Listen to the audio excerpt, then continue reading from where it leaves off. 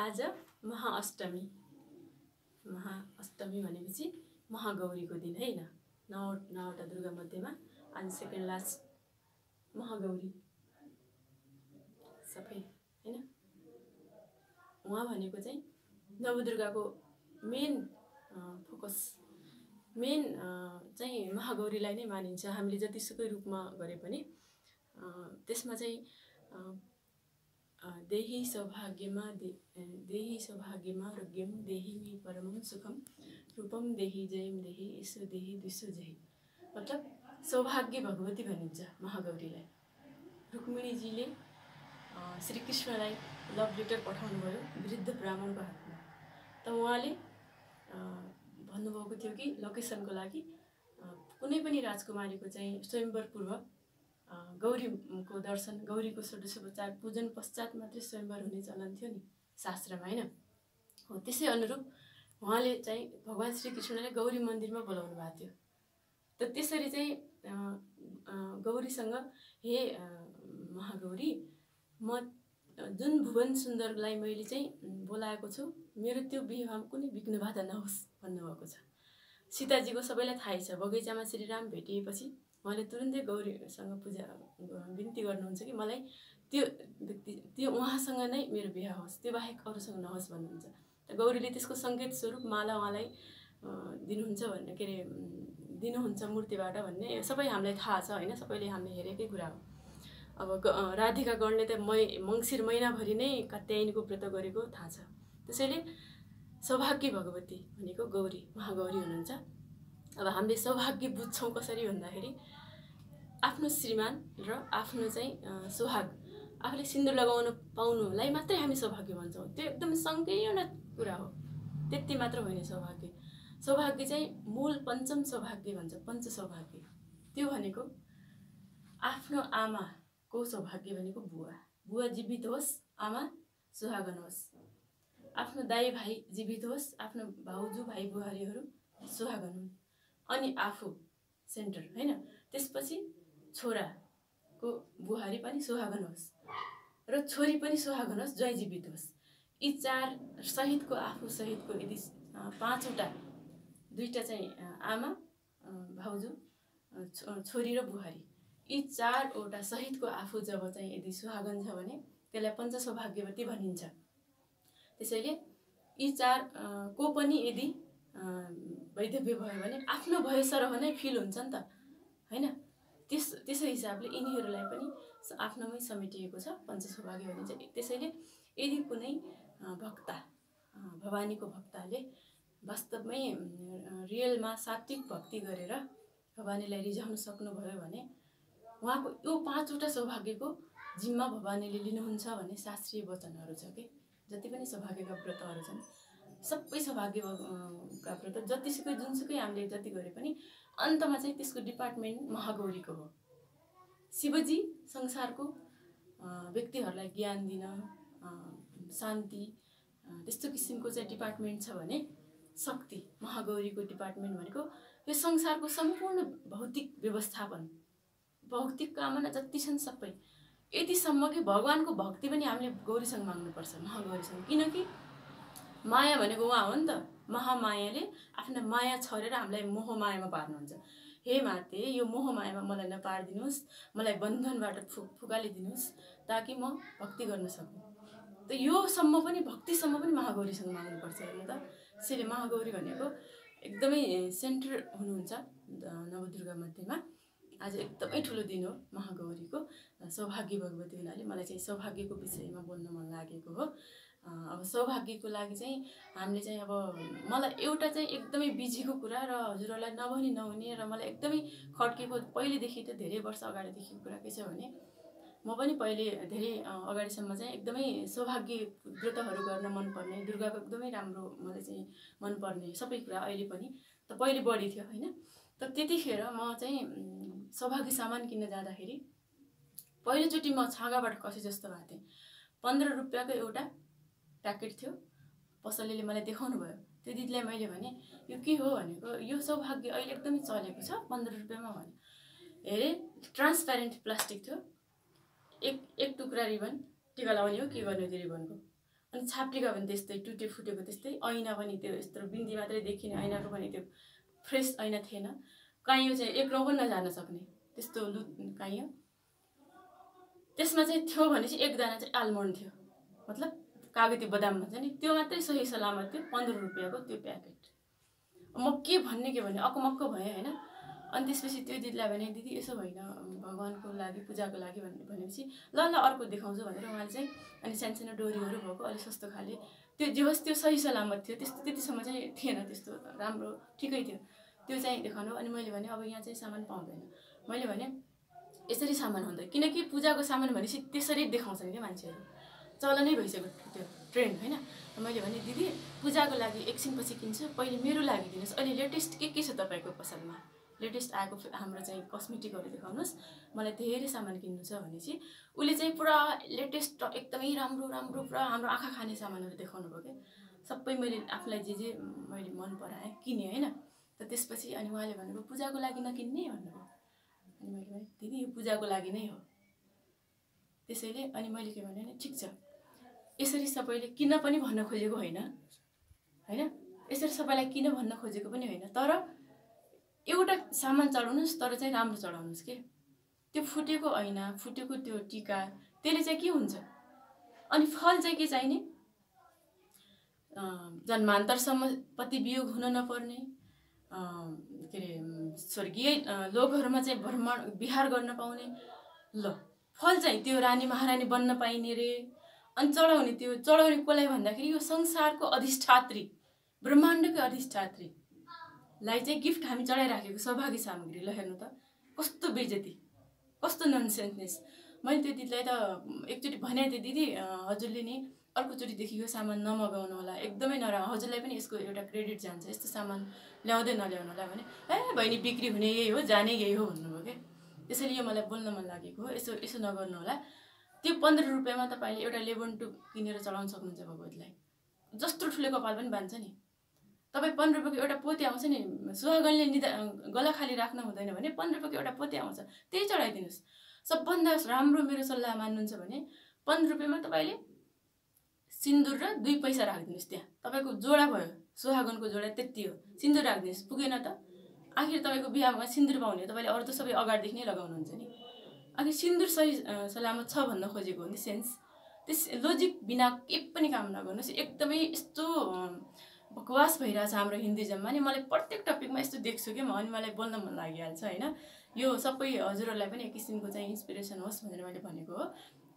किनकि पनि लोजिक बिना काम गर्नु भएन। आखिर त्यो के को लागि गर्दैछौँ, त्यसको बापत हामी के पाउँदैछौँ, वास्तवमा यो किन गरिरहेछौँ नबुझेर चाहिँ त्यसरी के पनि नगरौँ के होइन। अनि अब चाहिँ अब यस्तो चाहिँ के अरे सौभाग्यकै कुरा गर्दाखेरि अब हाम्रो चाहिँ गौरीले चाहिँ स्वस्थानीको व्रत गर्नुभएको छ। पार्वतीले, हिमालय पर्वतकी पुत्री पार्वतीले स्वस्थानीको व्रत बसिन् भन्नुभएको छ नि। त्यो स्वस्थानीलाई लक्ष्मी तुभ्यम नमो नमः। ल लक्ष्मी पार्वतीको गौरीको व्रत गर्ने, रुक्मिणी लक्ष्मी स्वरूपा हुनुहुन्छ, रुक्मिणी चाहिँ के अरे गौरीको व्रत गर्ने भनेपछि देवी भागवतमा एउटा चाहिँ यो कुरा हामीले नबुझी नहुने कुरा के भनेको छ भने शिवजी, कृष्ण र भवानी यी 3 तत्त्वमा जसले भेद देख्छ त्यो नरक जान्छ, त्यो शब्दमै वाक्यमै लेखिदिएको छ। सुन्नु होला राम्रोसँग अर्थसहित है त, त्यहाँ हल्ला गर्ने होइन, कथा सुन्ने ठाउँमा सुन्नुभयो भने सबै यो मैले सुनेर गरेर त्यो पुरै भागवत कतिखेर पढेर बस्छु म, सुन्छु मजाले म। अनि त्यसपछि कहिलेकाहीँ हेर्छु पनि किताब, थाहा हुन्छ कि हामी त्यहाँ सुन्न त जाँदैनौँ, त्यहाँ त हामी कुरा काट्न भेटघाट गर्न ग्यादरिङ गर्न जान्छौँ होइन। मतलब भन्न के खोजेको भने के को लागि गर्दैछौँ त्यसैमा फोकस हुनु पऱ्यो कि, चाहे जेसुकै गर्नुहोस् होइन। त्यसो हुनाले भेद दृष्टि नदेख्नु भन्नुको मतलब हामी आफ्नो यो भगवान्लाई जुनसुकै रूप हामीलाई मन परोस् भेद चाहिँ देख्नुहुन्न। अब अर्कोपट्टि फेरि ययम राधा यश्च कृष्णो रसाब्धिर देहनैकः क्रीडनार्थ द्विधाभूत, यसको मतलब हो जो राधा हुनुहुन्छ उहाँ नै कृष्ण हुनुहुन्छ। खेल खेल्नको लागि, रमाइलो गर्नको लागि दुईटा बन्नु भएको मात्रै हो, एउटै तत्त्व हो यो। यसको अर्थ ल हेर्नु, वैदिक मन्त्र हो यो।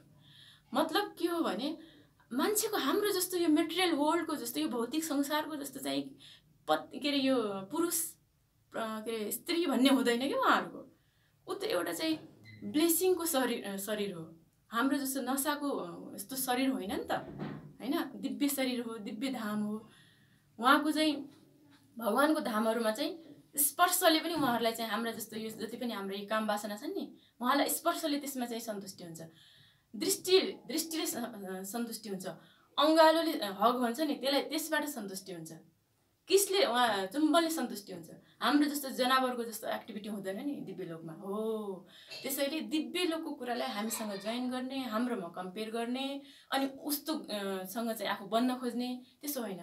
भगवानलाई चाहिँ अनुसरण, उहाँको फलो गर्ने, उहाँले भनेको मान्ने हो। तर अनुकरण गर्नुभयो भने तपाईँ गयो, कामबाट गयो। अनुकरण गर्ने भनेको त उहाँको बराबरको चाहिँ आफ्नो शक्ति पावर हुनु पर्यो नि। जबकि त्योसँग कोही हुनै सक्दैन। एक मात्रै छ नि त तत्त्व त, चाहे पुरुष मानुस् चाहे महिला मानुस्, विश्वरूपा भन्नुहोस् या विश्वरूप भन्नुहोस्। त्रिविक्रम जो भगवान नारायणको चाहिँ बलिको चाहिँ घम्ब अन्धर तोड्नको लागि जो त्रिविक्रम भन्नुभएको थियो, वा त वा सोच्नुहोस्, वा त मैले चाहिँ हिजो भर्खरै भनेको थिएँ विश्वरूपा महाकाली, होइन? शरीर के मुखै त उहाँको धरती जत्रै बनाउनु परेको भनेपछि जसुकै रूपमा ध्यान गर्नुहोस्, होइन? या त विश्वरूपा या त विश्वरूप, त्यो एउटै हो कि। अहिले भर्खरै मैले जो देवी भागवतको कुरा र जो वैदिक राधा कृष्णको टपिकको कुरा गरेको थिएँ, त्यो मन्त्रहरू भनेको त्यही भन्न खोजिरहेको छ। भेद दृष्टि नदेख्नु, भेद दृष्टि देख्ने नरक जान्छ भनेपछि हामीले के बुझ्नु पर्यो भने पतिव्रताको कुरा त हामी गर्छौँ, तर पत्नी व्रतको कुरा कसले गरेछ? रामले सिकाउनु भयो नि पत्नी व्रतको कुरा। हेर्नु त, त्यो अब त्यो किशोर अवस्थामा बाल्यकालमा चाहिँ वनवास के अरे उसको सहयोगको लागि विश्वामित्रको पछाडि गएको राम लक्ष्मण, त्यही सिलसिलामा त्यसैबाट केही समयपछि चाहिँ जनकपुरमा गएर चाहिँ स्वयम्वर हुन्छ। त्यसको चाहिँ 14 वर्ष वनवास, अनि वापस कति भयो? 33 को हाराहारी भएन र? 30 को हाराहारी 30+ भयो होला ल। त्यो टाइम त अहिले हाम्रो बिहा सुरु हुन्छ बल्ल। त्यो पनि राम जस्तो सुन्दर चक्रवर्ती, त्यत्रो चाहिँ चर्चित व्यक्तित्व, मान्छेकै रूपमा पनि त्यत्रो दुनियाँको आइकोन, त उहाँले बिहा गर्न सक्नुहुन्थेन? त्यो पनि त्यो टाइम भनेको त 100 दर्जनौं रानी राख्ने, मतलब मजाले चाहिँ नर्मल कुरा, अहिलेको जस्तो पनि होइन। तर उहाँले चाहिँ सीताको प्रेम, सीताको स्थान कसैलाई बाँड्नु भएन, किनकि सीताको योग्य कसैलाई देख्नु भयो भने त्यो हो प्रेम। त अब यहाँ हामी चाहिँ सीता त्यसपछिका रामका दिनचर्या कोही बताइदैन कि हामीहरू, किन बोल्ने जम्मै छोरा मान्छे हुनुहुन्छ, पण्डितजीहरू सबै जेन्ट्स हुनुहुन्छ बोल्ने, होइन? अनि उहाँ जहिले पनि रामले सीतालाई छोडेकोसम्म चाहिँ थपी बोल्नुहुन्छ, त्यसपछि बोल्नुहुन्न कि त्यसपछि उहाँ आफू त्यो फलो गर्न सक्नुहुन्न नि। श्रीमती बितेपछि 6 महिनामै बिहा गर्नुपर्छ छोरा मान्छेलाई त। तर श्रीमती चाहिँ बाल विधवा नै भयो भने जिन्दगीभरि चाहिँ ब्रह्मचर्यमा बस्नुपर्छ। कसले बनाएको त यो? त्यो रामको जस्तो किन बस्न नसक्या त? छोराछोरी चाहिँ नाबालक भए अर्को बिहा गर्नु पर्यो, बच्चालाई हुर्काउनु रे। सौतेनी आमाले कहीँ बच्चा हुर्काउँछ? कहीँ देखिया छ यो? कुनै हिस्ट्री पुराणकै छ? बच्चाको न्यु पारेर बिहा गर्ने ल। अनेक छ नि ड्रामा, छोरा मान्छेले कति गर्नुभएको छ, नातिनीको उमेरको बिहा गर्नुभएको छ, सन्तान पाउने नि अरे। ल अब जेठो श्रीमतीबाट छोरा हुँदै नातिनीको उमेरको श्रीमती बिहा गरेर फेरि छोरा पाउने रे, एउटा छोराले भएन रे। अनेक बहाना के, सबै त्यो बहाना हो। रामको त्यो फलो किन नगर्न सके? उहाँ यङ टाइममा चाहिँ श्रीमतीसँग त्यत्रो गुणी श्रीमती, फेरि बकवासी श्रीमती पनि होइन, त्यत्रो गुणी श्रीमती त्याग्नु पर्दाको पीडा सहेर पनि उहाँले चाहिँ के अरे बस्नु सक्नुभयो। तर तपाईँहरू चाहिँ अब अहिले चाहिँ त्यही रामको त्यस पछाडिको कथा नभन्नुको कारण त्यो एउटा त्यो हो, किनकि त्याग्न सजिलो छ श्रीमतीलाई दोष लगाएर अनेक किसिमको, होइन? उसको चाहिँ उसलाई चाहिँ अप्ठ्यारो परेको बेला चाहिँ आफूले चाहिँ कसरी चाहिँ उसको ग्लोरिफाई गर्ने त्यो चाहिँ पनि बुझ्नु पर्यो, होइन? एक पत्नी व्रतको कुरा पनि अगाडि आउनु पर्यो। पतिव्रतको कुरा चाहिँ धेरै भयो कि। ठिक छ, पतिव्रत आखिर अब स्पेसल्ली हाम्रो चाहिँ स्त्रीहरू दूषित हुँदाखेरि वर्णशङ्कर हुन्छ हो, तर पनि त्यसको मतलब यो होइन कि उहाँ छोरा मान्छेहरूले के गर्दा पनि हुँदैन भन्ने चाहिँ होइन कि। यो दुई दोहोरै लागु हुन्छ, होइन? अनि अब चाहिँ कृष्णलाई चाहिँ अब केटीहरूसँग बढी घुम्ने यस्ताको कुरा लिन्छन्। कुनै पनि स्त्री कृष्णबाट चाहिँ प्रस्तावित भएकी छैनन्।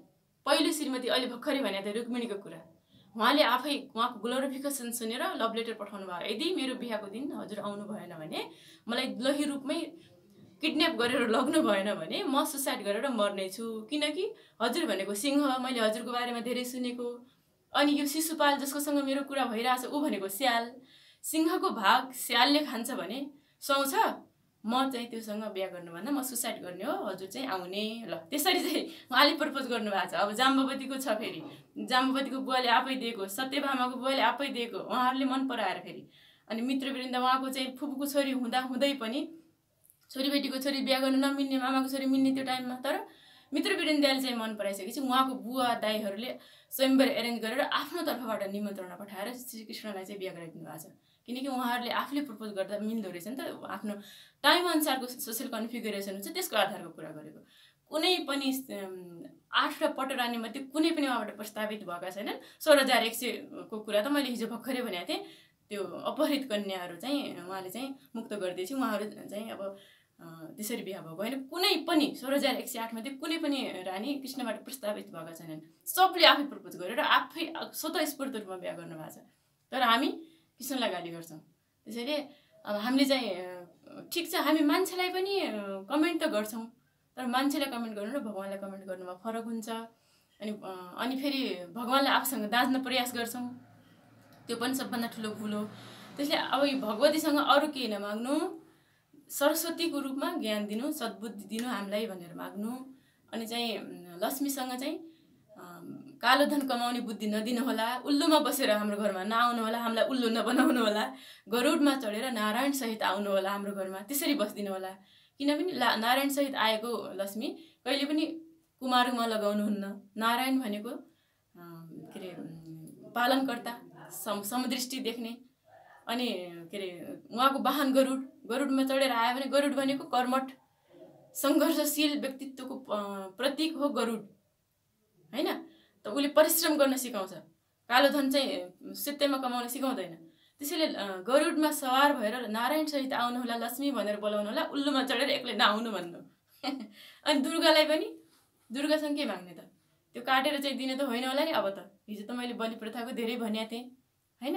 त अब दुर्गासँग हामीसँग भएको काम, क्रोध, लोभ, मोह, मद, मात्सर्य, ईर्ष्या, द्वेष सबैलाई चाहिँ कच्याक कुचुक पारेर त्यो रक्तबीजलाई गरे जस्तै गरिदिनु माताजी।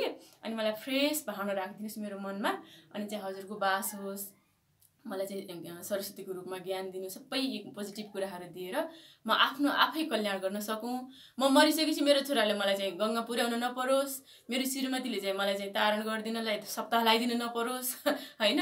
मेरा चाहिँ 3-4 पुस्तासम्म म 50 प्रेत भएर चाहिँ जानु नपरोस्। म आफ्नो आफै यसै लोकमा यसै शरीरबाट मुक्त हुन सकूँ। जुन धाममा जुन रूपमा म जुन लोकमा मलाई मनपर्छ म त्यही विचरण गर्न सकूँ। जसरी नारद चाहिँ घुम्दै हुनुहुन्छ दुनियाँ ब्रह्माण्डमा ल हैन। हो यसरी भक्ति गरौँ हैन। अब आज हामी चाहिँ यो नवदुर्गासँग स्पेसल्ली महागौरीसँग, महागौरी चाहिँ एकदमै यो सौभाग्य भगवती हुनाले मलाई आज सौभाग्यको विषयमा नि भने। उसरी त नवरात्र 4वटा छन्, असार शुक्ल नवरात्र, अनि यो अहिले आश्विन शुक्ल नवरात्र, चैत्र शुक्ल नवरात्र र माघ शुक्ल नवरात्र 4वटा हो। तर चाहिँ अब भगवतीले चाहिँ चण्डी दुर्गा सप्तशतीमा पनि भन्नुभएको छ, शरदकाले महापूजा क्रियते या च वार्षिकी। मतलब 4वटा नवरात्रि भए पनि विशेष गरी मेरो चाहिँ शरदकालको महापूजा चाहिँ प्रत्येकले गरोस्, प्रत्येक जनले गरोस्, नछुटाओस् भन्नुभएको छ। स्पेसल्ली यसको नामै लिएर भन्नुभएको हुनाले यो सिजन पनि शरदकाल हैन, सबै किसिमले राम्रो हुनाले यसलाई बढी फेमस, चर्चित, बढी चाहिँ चालुमा भएको हो। तर 4वटा नवरात्रको सेम महत्त्व छ। अब चैतको नवरात्र पनि धेरै यो बराबरकै छन् त। अरू माघको नवरात्र स्वस्थानी पर्वभित्र पर्छ, त्यसमा पनि ठिकै हो। असारको चाहिँ पनि राम्रो हो यहाँलाई जानकारीको लागि।